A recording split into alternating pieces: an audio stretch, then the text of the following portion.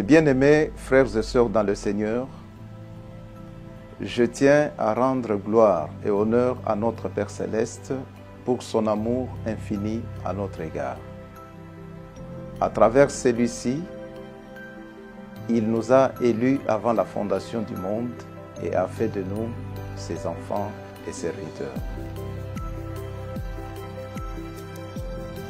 Depuis mon adresse du 26 octobre 2022 relative à ma position quant à la nouvelle révélation, vous êtes nombreux à travers le monde à avoir accepté de soutenir la voie de l'authenticité de l'enseignement de Christ nous légué par nos pères spirituels.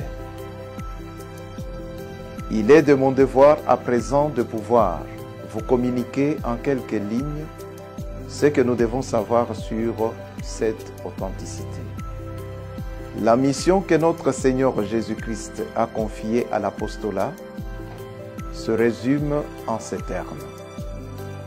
Prends soin de mes agneaux, nourris mes brebis et prends soin de mes brebis.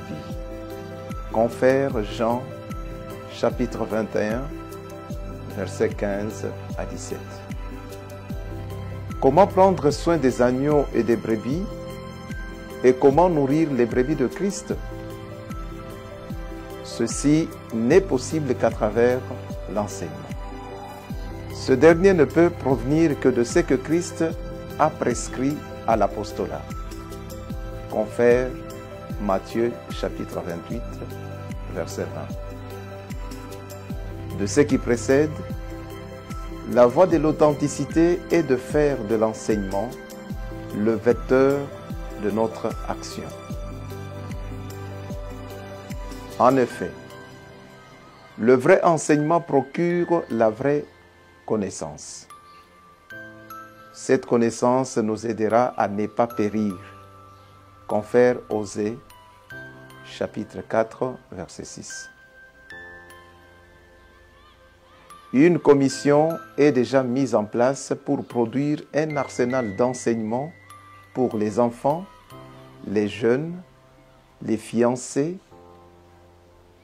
les mariés et les frères du ministère, en vue d'assurer les soins pastoraux aux différentes couches des enfants de Dieu.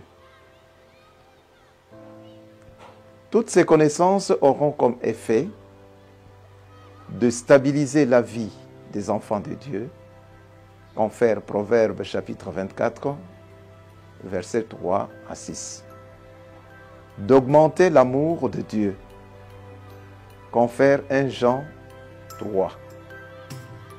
De nous rendre capables de lutter contre le péché, confère 2 Pierre chapitre 1, versets 3 à 11. D'hériter la vie éternelle, confère Jean chapitre 17, verset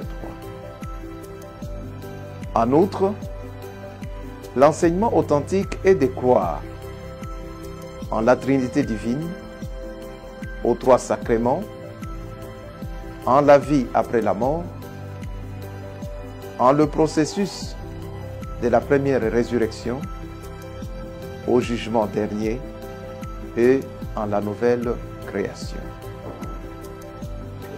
La réussite de cette vision dépend de notre engagement et de notre esprit de sacrifice. Par ailleurs, l'organisation administrative et structurelle nécessite des grands sacrifices de chacun de nous.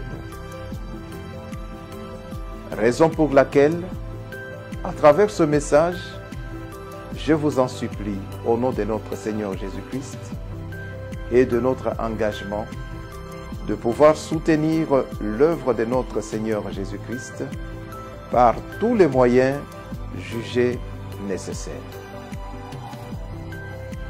Avec une gestion transparente et orthodoxe, je crois que tous ces sacrifices contribueront au développement de l'œuvre de notre Père Céleste. Toutefois, je vous exhorte à la sanctification et à la vie de prière. Chers frères et sœurs en Christ, voici en quelques lignes la vision qui conduira la voie de l'authenticité dans la foi en notre Seigneur Jésus-Christ. Que notre Père Céleste nous bénisse richement et nous éclaire davantage.